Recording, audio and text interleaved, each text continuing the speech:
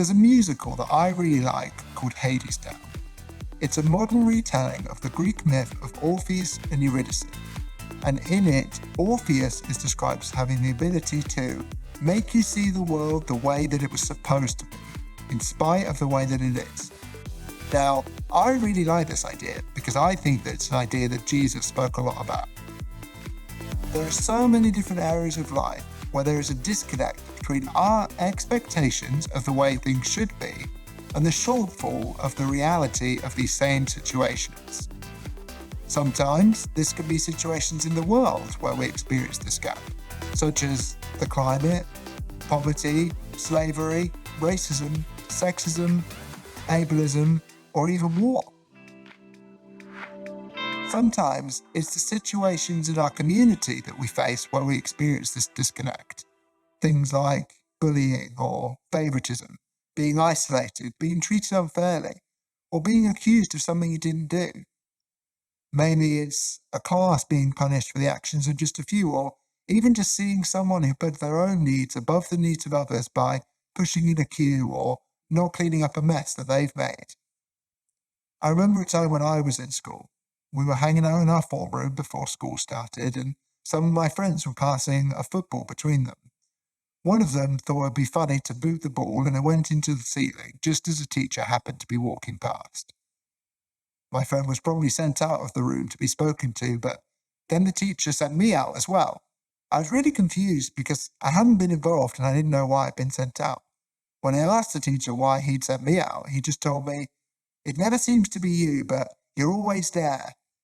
I felt like this was really unjust and I shouldn't be punished when, by the teacher's own admission, I hadn't even been involved.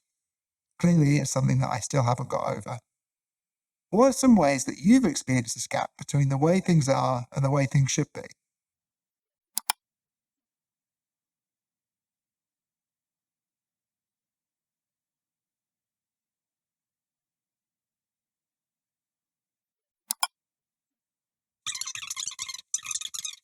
In all of these ways and so many more, we can experience this gap between the way the world is and the way that we feel it was made to be. I think this is because we have a soul or a spirit that has a sense of how the world was meant to be. And when that's not the reality, we experience this anger that bubbles up through this gap.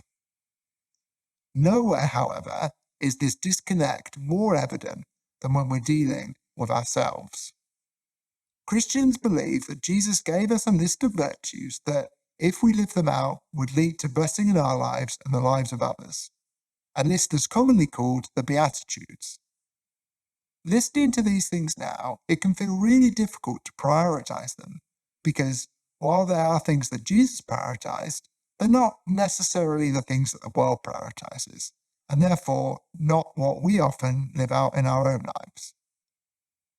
The world we live in makes us believe we need to live a certain way, but when Jesus gave us the Beatitudes, he did it in order to call us back to how he believes we're supposed to live. So when the world says, "Successful are the determined, for theirs will be the reward," Jesus says, "Blessed are the poor in spirit, for theirs is the kingdom of heaven." When the world says, "Successful are those who struggle by themselves, for they will greatly achieve," Jesus says, "Blessed are those who mourn, for they will be comforted." When the world says, "Successful are the forceful, for they will be heard," Jesus says, "Blessed are the meek, for they will inherit the earth." When the world says, "Successful are those whose hunger is never sated, for they will keep wanting more," Jesus says, "Blessed are those who hunger and thirst for righteousness, for they will be filled." When the world says, "Successful are those who judge others, for they will be revered," Jesus says, "Blessed are the merciful, for they will be shown mercy." When the world says, "Successful are the charismatic, for they will be adored," Jesus says, "Blessed are the pure in heart, for they will see God." And when the world says, "Successful are the rich and powerful, for they will have all the authority," Jesus said, "Blessed are the peacemakers, for they will be called children of God." when the world says, "Successful are those who never stop working, for they will gain many riches." Jesus says, "Blessed are those who are persecuted because of righteousness, for theirs is the kingdom of heaven." Christians believe that there is a wide gap between the people we are and the people God calls us to be. Wrong things that we do and say shape us over time. They widen this gap in our lives, and often without realizing that God is on the other side of this chasm that it's created, until we feel completely and utterly unworthy of God's love for us. We know what we should do, but so often we fail to do it, and we end up not being able to see God's vision for what we could be, but realizing we fall very short of who we're called to be.